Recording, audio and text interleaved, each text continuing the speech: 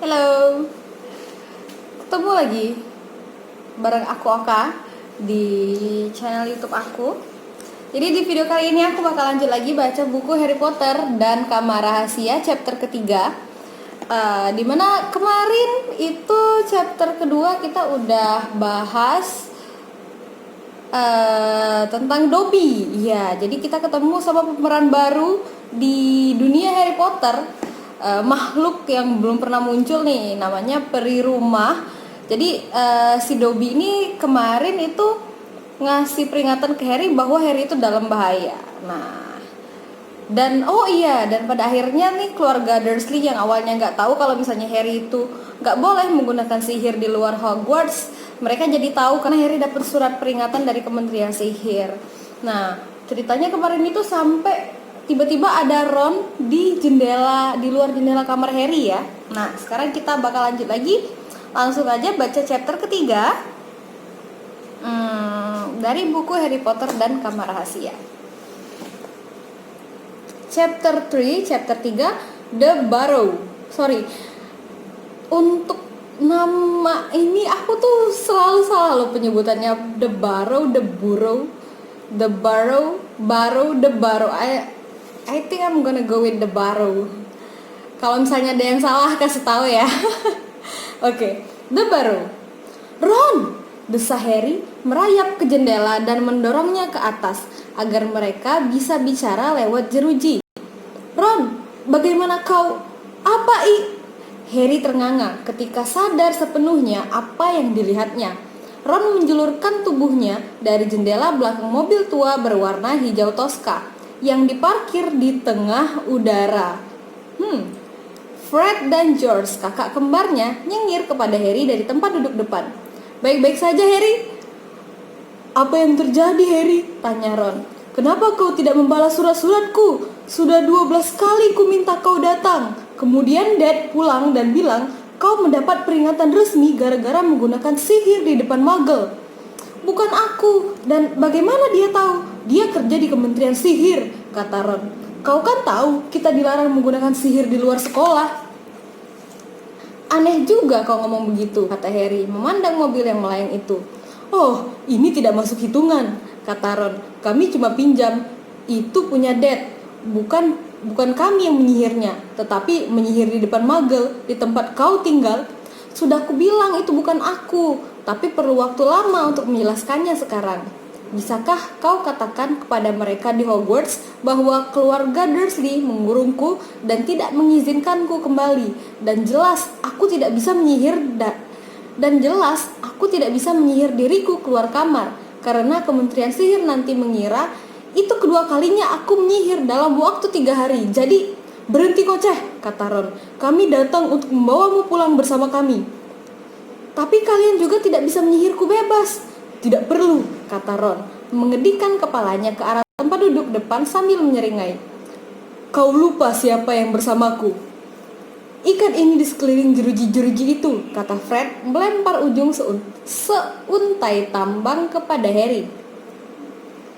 Kalau keluarga Dursley bangun, mati aku, kata Harry ketika dia mengikatkan tambang erat-erat ke satu jeruji, sementara Fred menekan pedal gas kuat-kuat.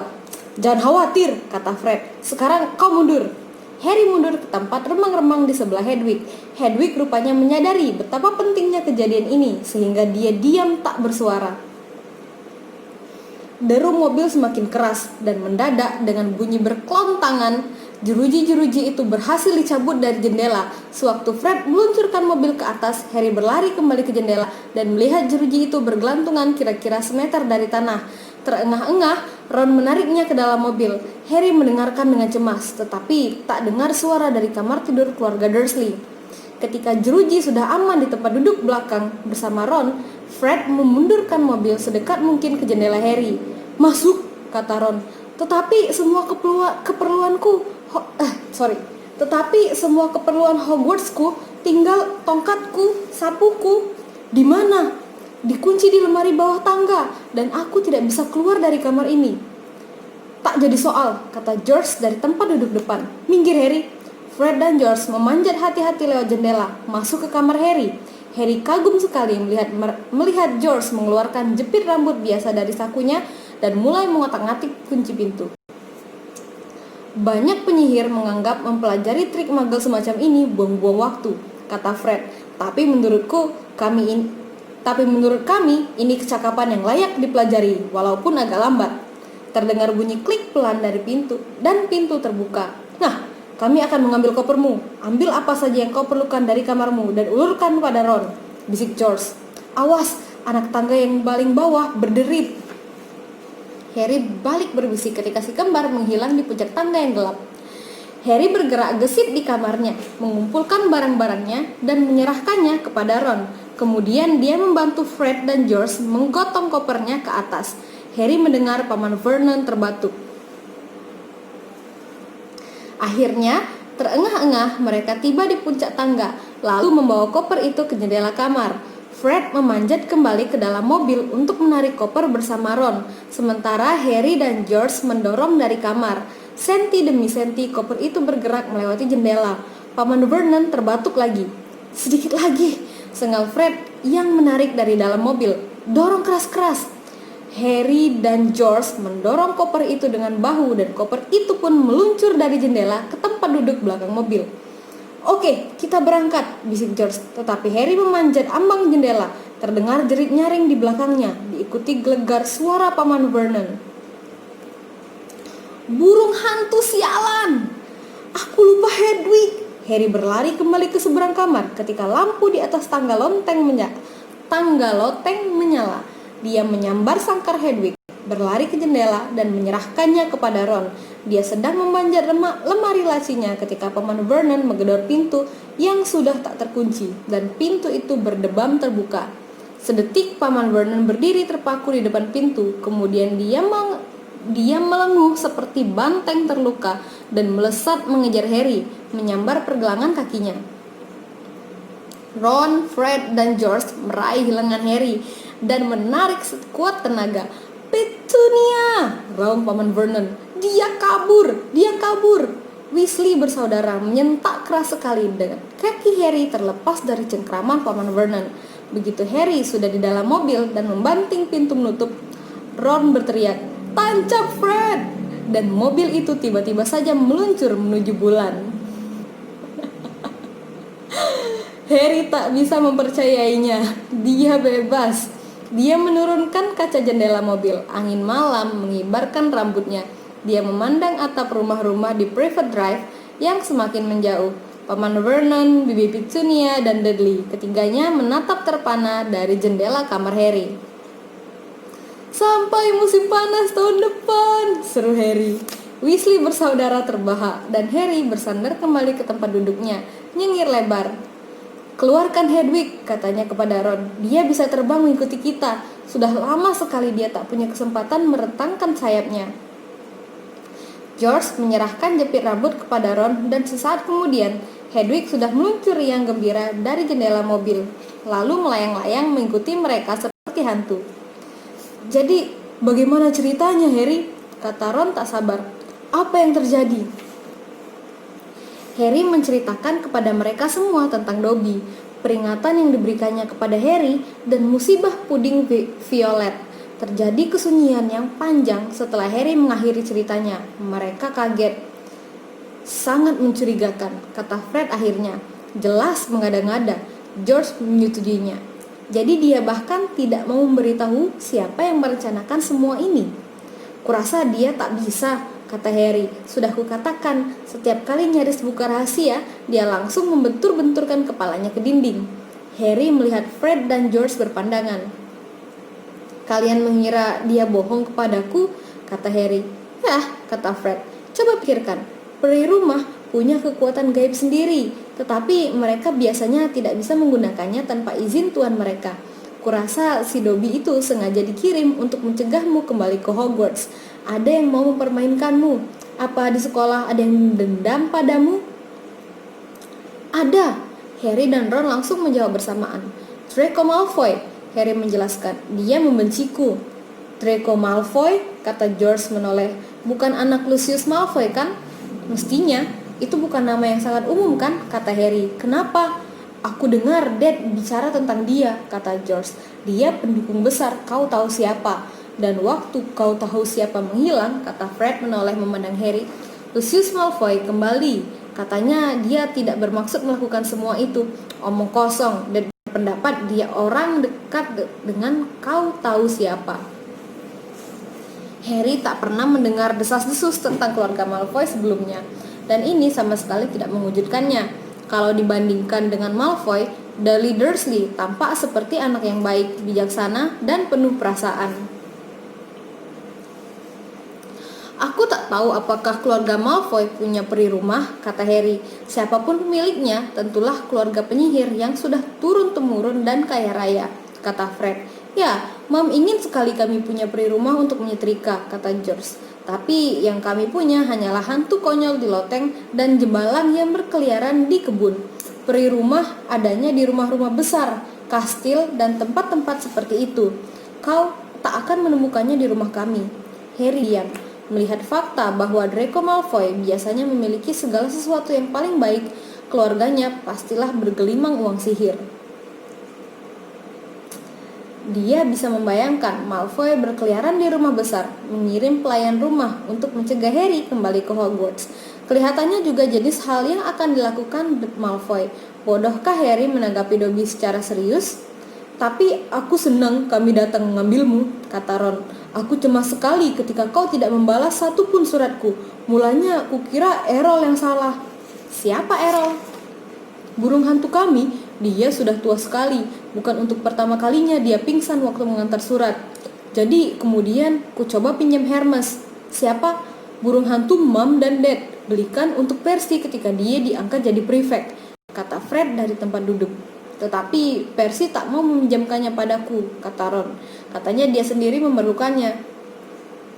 Tingkah Percy aneh sekali sepanjang musim panas ini, kata George. Dahinya berkerut. Dia mengirim banyak surat dan melewatkan banyak waktu mengurung diri di kamarnya. Maksudku berapa kali sih kita perlu menggosok lencana prefect? Kau menyetir terlalu ke barat, Fred, katanya menambahkan, menunjuk kompas di dashboard. Fred memutar roda kemudi. Apakah ayah kalian tahu kalian membawa mobil ini? Tanya Harry, sudah menduga jawabannya. Tidak, kata Ron. Dia harus bekerja malam ini. Mudah-mudahan kita bisa mengembalikannya ke garasi sebelum Mom menyadari kita menerbangkannya. Apa sih pekerjaan ayah kalian di Kementerian Sihir? Dia bekerja di departemen paling membosankan, kata Ron. Kantor penyalahgunaan barang-barang magel. Apa? Segala sesuatu yang ada hubungannya dengan menyihir barang-barang buatan magel. Soalnya siapa tahu barang itu nantinya kembali ke toko atau rumah magel seperti tahun lalu. Ada penyihir tua wanita meninggal dan peralatan minum tehnya dijual ke toko barang antik milik magel. Ada magel perempuan yang membelinya, membawanya pulang dan menjamu teman-teman dengan peralatan ini. Benar-benar kacau balau. Selama berminggu-minggu, Dad harus kerja lembur. Apa yang terjadi? Toko tehnya ngamuk. Teko tehnya ngamuk dan menyemburkan teh mendidih ke seluruh ruangan. Dan seorang laki-laki harus dibawa ke rumah sakit dengan penjepit gula menjepit hidungnya. Dad panik. Cuma ada dia dan satu penyihir tua bernama Perkins di kantor. Mereka harus menggunakan jampi memori dan segala macam mantra lainnya untuk menutupi peristiwa ini. Tetapi ayahmu, mobil ini... Fred tertawa. Ya, Dad tergila-gila pada segala sesuatu yang ada hubungannya dengan magel. Gudang kami penuh dengan barang-barang magel. Dia membongkarnya, memantrainya, dan merakitnya kembali. Kalau dia merazia rumah kami sendiri, dia pasti harus langsung menangkap dirinya sendiri. Mom sampai kesal. Itu jalan utamanya, kata George mencipitkan mata memandang ke bawah melalui kaca depan. 10 menit lagi kita sampai. Untunglah sudah mulai terang. Semburat pucat kemerahan sudah mulai tampak di ufuk timur. Fred menurunkan mobilnya dan Harry melihat petak-petak ladang dan gerumbul-gerumbul pohon yang gelap. Kita sudah hampir sampai di tepi desa, kata George.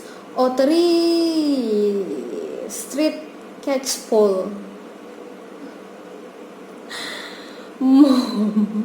Mobil terbang itu semakin lama semakin rendah.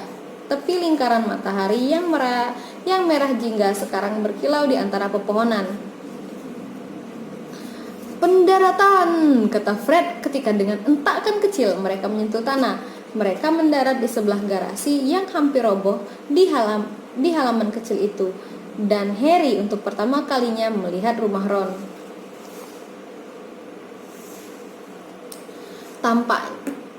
Tampaknya dulunya rumah ini kandang babi besar, tetapi kamar-kamar ekstra sudah ditambahkan di sana-sini sampai rumah ini menjadi beberapa tingkat dan miring sekali.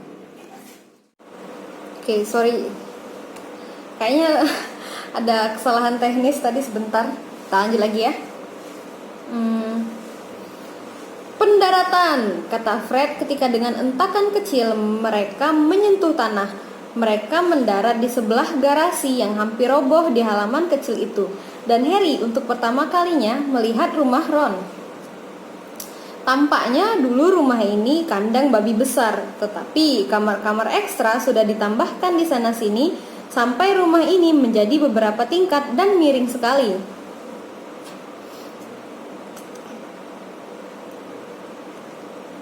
Sehingga seolah rumah ini masih bertahan berdiri karena disihir.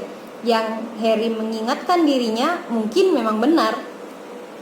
4 atau 5 cerobong asap bertengger di atas atap merahnya. Papan miring yang ditancapkan di tanah dekat pintu masuk bertuliskan The Barrow. Liang, di sekeliling pintu depan bertebaran sepatu bot dan kuali yang sudah sangat berkarat. Beberapa ayam coklat gemuk sedang mematuk-matuk di halaman.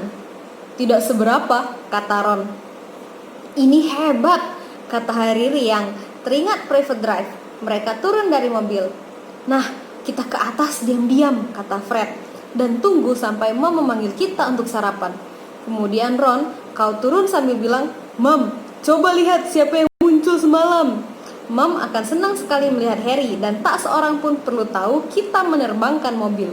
Betul, kata Ron. Ayo Harry, aku tidur di... Wajah Ron berubah pucat. Matanya terpaku ke rumah. Yang lain segera berbalik. Mrs. Weasley berjalan tegap menyeberangi halaman, membuat ayam-ayam menyebar. Untuk wanita pendek, gemuk, berwajah ramah, mengherankan sekali betapa miripnya dia dengan harimau bergigi pedang sekarang. Ah, kata Fred. Oh, kata George. Mrs. Weasley berhenti di depan mereka. Tangannya di pinggul, memandang bergantian wajah-wajah bersalah itu. Dia memakai celemek berbunga-bunga dengan tongkat mencuat keluar dari sakunya. Jadi, katanya. Pagi, Mom, kata George dengan suara yang dianggapnya riang membujuk. Tahukah kalian betapa cemasnya aku, kata Mrs. Weasley dalam bisikan maut. Maaf, Mom, tapi soalnya kami harus... Ketiga anak Mrs. Weasley lebih tinggi darinya, tetapi mereka mengerut ketika kemarahannya meledak. Tempat tidur kosong, tak ada pesan, mobil lenyap, bisa tabrakan. Gila rasanya aku saking cemasnya. Apa kalian peduli? Belum pernah seumur hidupku. Tunggu sampai ayah kalian pulang. Kami tak akan pernah dapat kesulitan begini dari Bill atau Charlie atau Percy. Prefect Percy yang sempurna, gumam Fred. Kau seharusnya mencontoh Percy, teriak Mrs. Weasley menusukkan jari ke dada Fred. Kau bisa mati, kau bisa kelihatan, kau bisa membuat ayahmu kehilangan pekerjaannya. Kemarahan Mrs. Weasley rasanya berlangsung berjam-jam. Ia berteriak-teriak sampai serak sebelum menoleh pada Harry yang mundur menjauh. Aku senang sekali bertemu kau, nak, katanya. Mari masuk, sarapan. Mrs. Weasley berbalik dan berjalan kembali ke dalam rumah. Sedangkan Harry setelah dengan gugup melirik Ron yang mengangguk membesarkan hatinya mengikutinya. Dapurnya kecil dan agak penuh sesak. Ada meja kayu dan kursi-kursi di tengahnya dan Harry duduk di tepi tempat duduknya, memandang berkeliling. Dia belum pernah berada di dalam rumah penyihir. Jam di dinding di depannya cuma punya 1 jarum dan sama sekali tak ada angkanya. Mengitari tepiannya ada tulisan-tulisan seperti waktu membuat teh, waktu memberi makan ayam-ayam, dan kau terlambat. Buku-buku ditumpuk 3-3 di atas rak perapian. Buku-buku dengan judul seperti Sihir Sendiri Kejumu, Jampi-jampi dalam memanggang, dan Sajian dalam semenit sungguh ajaib. Dan kecuali telinga Harry mengelabuinya, radio tua di sebelah tempat cuci piring baru saja mengumumkan bahwa acara berikutnya adalah Jam Sihir dengan penyanyi-penyihir wanita terkenal Celestina Warbeck.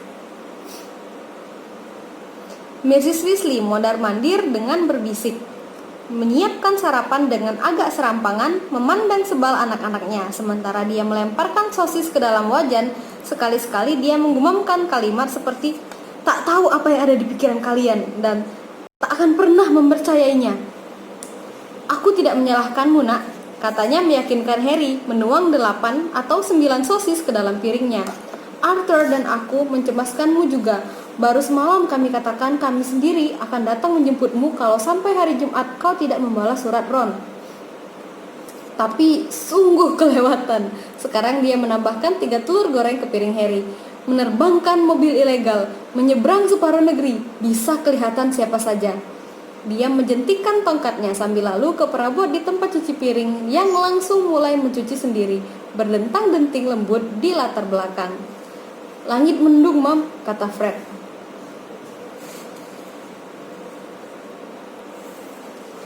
"Jangan banyak bicara waktu makan," bentak Mrs. Weasley. "Mereka membuatnya kelaparan, Mam," kata George. "Dan kau juga," kata Mrs. Weasley. Tetapi ekspresi wajahnya lebih lembut ketika dia mulai mengiris roti untuk Harry dan mengolesinya dengan mentega. Pada saat itu, sesosok tubuh kecil berambut merah memakai gaun tidur panjang muncul di pintu, mengalihkan perhatian semua orang. Sosok itu menjerit kecil dan berlari keluar lagi. "Ginny," kata Ron pelan kepada Harry. "Adikku, dia ngomong tentang kau terus sepanjang musim panas." "Ya, dia mau minta tanda tanganmu, Harry." Fred nyinyir, tetapi dia menangkap pandangan ibunya dan segera menundukkan wajah di atas piringnya, tanpa berkata apa-apa lagi. Tak ada lagi yang dibicarakan sampai 4 piring bersih, dalam waktu yang singkat sekali. "Ya ampun, aku capek," George menguap, akhirnya meletakkan pisau dan garpunya. "Aku mau tidur dan..." "Tidak boleh," potong Mrs. Weasley. "Salahmu sendiri, kau tidak tidur semalaman. Kau akan membersihkan jembalang di kebun untukku. Mereka sudah tak terkontrol lagi." "Oh, Mam, dan kalian berdua juga," katanya mendelik pada Ron dan Fred. "Kau boleh tidur, nak," katanya menambahkan kepada Harry. "Kau tidak meminta mereka menerbangkan mobil brengsek itu." Tetapi Harry, yang sama sekali tidak mengantuk, buru-buru berkata, "Saya akan membantu Ron. Saya belum pernah melihat pembersihan jembalang." "Kau baik sekali, nak, tapi itu pekerjaan membosankan," kata Mrs. Weasley. "Coba kita lihat dulu apa kata Lockhart tentang masalah ini." Dia menarik sebuah buku berat dari tumpukan di atas rak perapian. George menggeram. "Mam, kami sudah tahu bagaimana membersihkan kebun dari jembalang." Harry memandang sampul buku Mrs. Weasley. Judulnya ditulis dengan huruf-huruf emas indah. Penuntun penanganan hama rumah Gilderoy Lockhart. Di sampul itu terpampang foto besar penyihir yang amat tampan, dengan rambut pirang berombak dan mata biru cerah. Seperti biasanya di dunia sihir, foto itu bergerak-gerak. Si penyihir yang Harry duga adalah Gilderoy Lockhart tak henti-hentinya mengedip nakal kepada mereka semua. Mrs. Weasley menunduk tersenyum kepadanya. Fangirl. "Oh, dia hebat sekali," katanya. "Dia tahu betul tentang hama-hama rumah. Ini buku yang bagus sekali." "Mam naksir dia," kata Fred dalam bisikan yang sangat jelas. "Jangan ngaco, Fred," kata Mrs. Weasley, pipinya merona merah jambu. "Baiklah, kalau kalian merasa lebih tahu dari Lockhart, kalian boleh keluar dan langsung mulai. Awas, kalau sampai masih ada satu saja jembalang di kebun waktu aku memeriksanya nanti." Menguap dan menggerutu, Ron dan kedua kakaknya berjalan ogah-ogahan keluar diikuti Harry. Kebun mereka luas, dan dalam pandangan Harry, begitulah seharusnya kebun. Keluarga Dursley tidak akan menyukainya. Ada banyak ilalang, rumputnya perlu dipotong. Tetapi ada pohon-pohon yang batangnya berbongkol-bongkol di sekeliling tembok. Tanaman-tanaman yang belum pernah dilihat Harry melimpah dengan lebatnya dari setiap petak bunga. Dan ada kolam besar penuh kodok. "Muggle juga punya jembalang kebun loh," Harry memberitahu Ron ketika mereka menyeberang ke kebun. "Ya, Aku sudah melihat apa yang mereka sebut jembalang, kata Ron membungkuk dengan kepala tenggelam di semak bunga poni. Bunga poni? Nggak pernah dengar. Bunga poni itu kayak gimana sih bunga poni? I want to know. Seperti Santa Claus gemuk membawa tangkai pancing. Terdengar bunyi baku hantam seru. Semak poni bergetar dan Ron menegakkan diri. Ini jembalang, katanya suram. Lepaskan aku, jerit si jembalang. Wait, jembalang? Jadi aku tuh selama ini baca buku Harry Potter tuh yang versi Inggris. Jujur aja ini bukan pertama kali sih. Ya pernah sih baca buku versi bahasa Indonesia, tapi kayaknya waktu aku masih kecil banget. Jadi udah benar-benar lupa. Yang aku baca berulang-ulang itu memang yang versi bahasa Inggrisnya. Jembalang itu apa ya? Jembalang.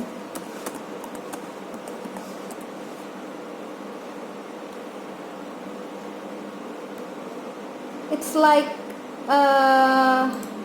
Harry Potter. Jembalang Harry Potter.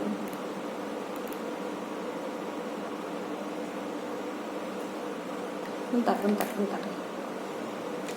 Wait a minute. Aku tuh inget deh, ada namanya itu, tapi aku lupa. Apa ya? The Baru.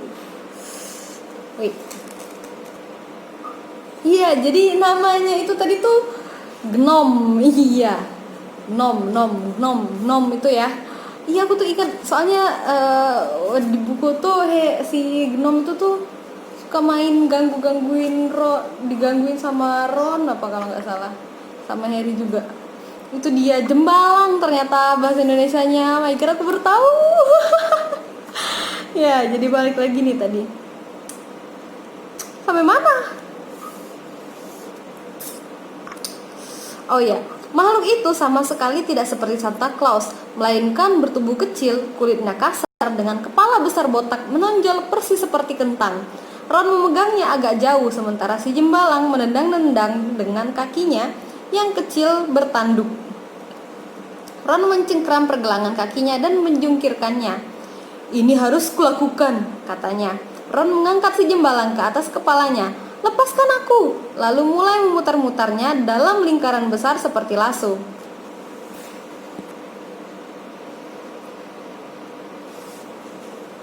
Melihat kekagetan di wajah Harry, Ron menambahkan, ini tidak melukai mereka. Kau cuma harus membuatnya benar-benar pusing supaya mereka tidak bisa menemukan jalan pulang ke lubang jembalangnya. Dilepasnya kaki si jembalang dan jembalang itu melayang 6 meter ke atas dan jatuh di padang seberang pagar. Payah, kata Fred. Aku pasti bisa melempar jembalangku sampai melewati tunggul itu.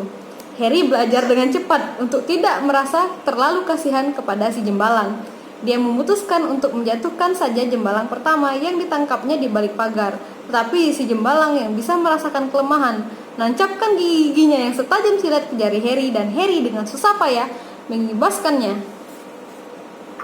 sampai, wow, Harry, pasti ada 15 meter tuh. Segera saja udara dipenuhi jembalang yang berterbangan. Can you imagine?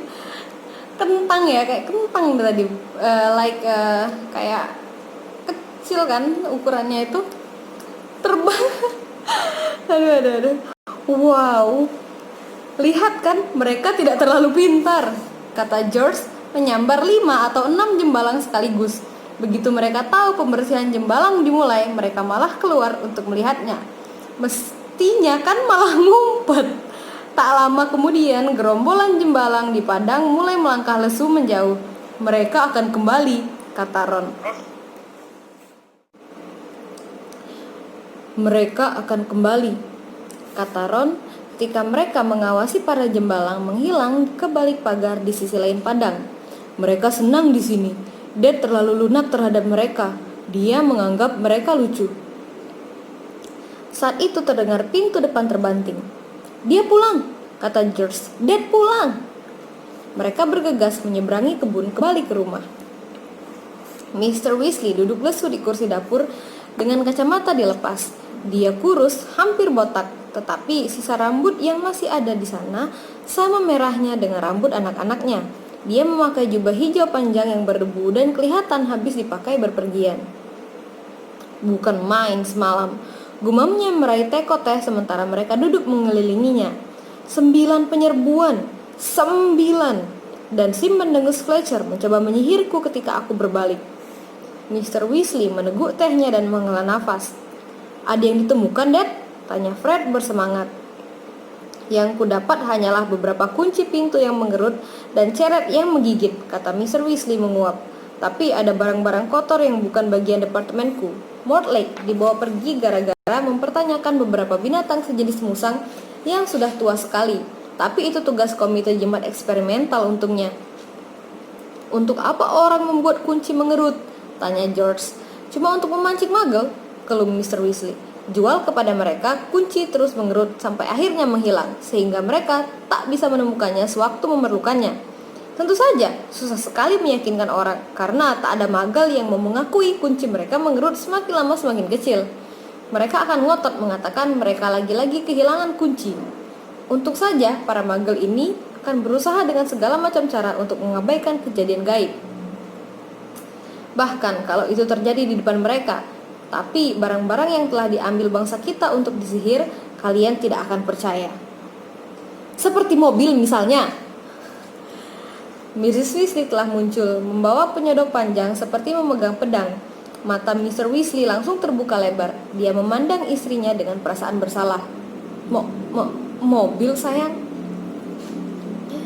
Ya, Arthur, mobil, kata Mrs. Weasley, matanya berkilat. Bayangkan, penyihir yang membeli mobil tua, karatan, dan memberitahu istrinya yang ingin dilakukannya dengan mobil itu hanyalah membongkarnya untuk mengetahui bagaimana cara kerjanya. Padahal ternyata dia menyihir mobil itu agar bisa terbang. Mr. Weasley mengejapkan mata. Nah, sayang, kurasa dia tidak melanggar hukum karena melakukan itu. Bahkan jika dia mungkin seharusnya lebih baik memberitahu istrinya yang sebenarnya. Selalu ada peluang untuk lolos dalam peraturan. Kau akan tahu sejauh dia tidak bermaksud menerbangkan mobil itu. Fakta bahwa mobil itu bisa terbang tidak akan... Arthur Weasley, kau mengatur agar ada peluang lolos ketika kau menulis peraturan itu, teriak Mrs. Weasley. Hanya supaya kau bisa terus bermain-main dengan semua rongsokan muggle di garasimu itu. Dan supaya kau tahu, Harry tiba pagi ini dengan mobil yang tidak akan kau terbangkan itu. Harry? Ujar Mr. Weasley bingung. Harry siapa? Dia memandang berkeliling melihat Harry dan terlonjak.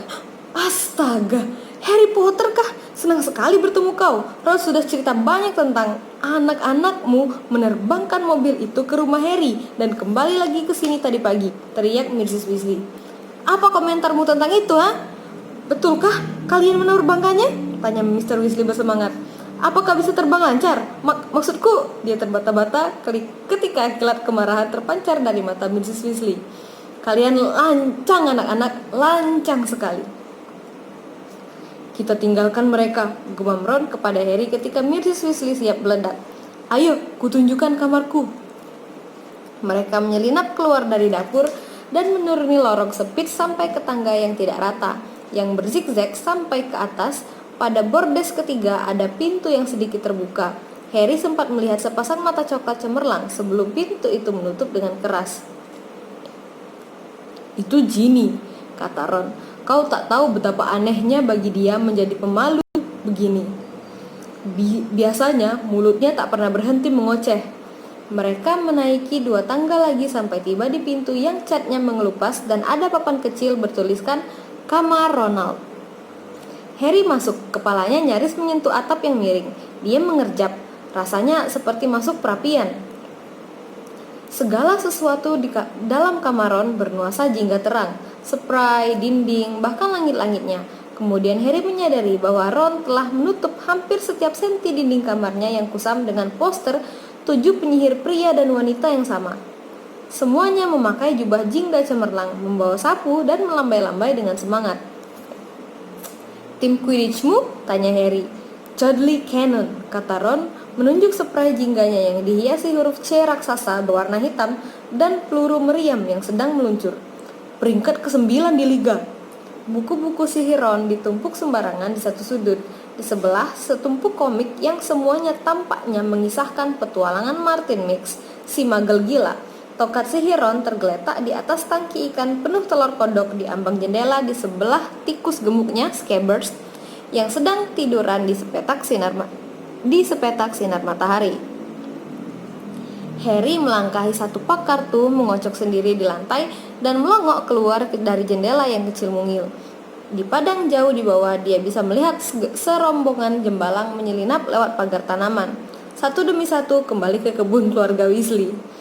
Kemudian dia menoleh memandang Ron yang menatapnya dengan gelisah seakan menunggu komentarnya. Kamarnya agak kecil, kata Ron cepat-cepat. Tidak seperti kamarmu di rumah Muggle, dan persis di bawah tempat ini, hantu loteng, dia selalu memukul-mukul pipa dan mengerang-ngerang. Tetapi Harry nyengir lebar sambil berkata, "Ini rumah paling hebat yang pernah aku datangi." Telinga Ron langsung memerah. Itu dia tadi akhirnya guys, setelah so many drama. Can you see? I changed my clothes. Wow, aku ganti baju demi ya. Jadi kemarin itu aku udah rekam dan putus ternyata di tengah jalan. Jadi aku mau record lagi tapi kemarin tuh udah terlalu malam. Jadi gelap. Jadi cahayanya tuh kurang bagus. Jadi aku pikirnya ya udahlah nanti aja, dan besoknya juga gagal, nggak ada waktu karena aku sibuk banget. Dan akhirnya hari ini walaupun beda ya it's okay lah ya, yang penting bisa langsung sambung dan akhirnya bisa selesai juga. Jadi buat kalian kalau misalnya ada suara yang agak beda, mohon dimaafin aja ya. Jadi itu tadi cerita pengalaman Harry pertama kali datang ke rumahnya Ron. Jadi ini unik ya, karena ini pertama kali kita masuk ke rumah yang rumah penyihir sungguhan di dunia Harry Potter nih. Jadi itu pertama kalinya. Gimana menurut kalian rumahnya?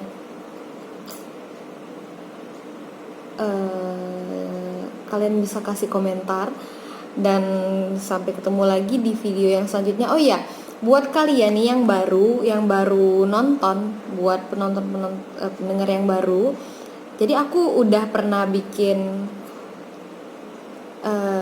video aku baca buku Harry Potter ini. Dari buku yang pertama, Harry Potter dan Batu Bertuah, itu udah full dari chapter 1 sampai tamat. Buat kalian yang mau dengar, itu aku bakal cantumin link playlistnya di deskripsi. Jadi jangan sungkan buat dengar dan kasih komentar juga apa masukan buat aku juga. Makasih buat waktunya, dan sampai ketemu lagi di video yang selanjutnya. Bye bye. Ya bye bye.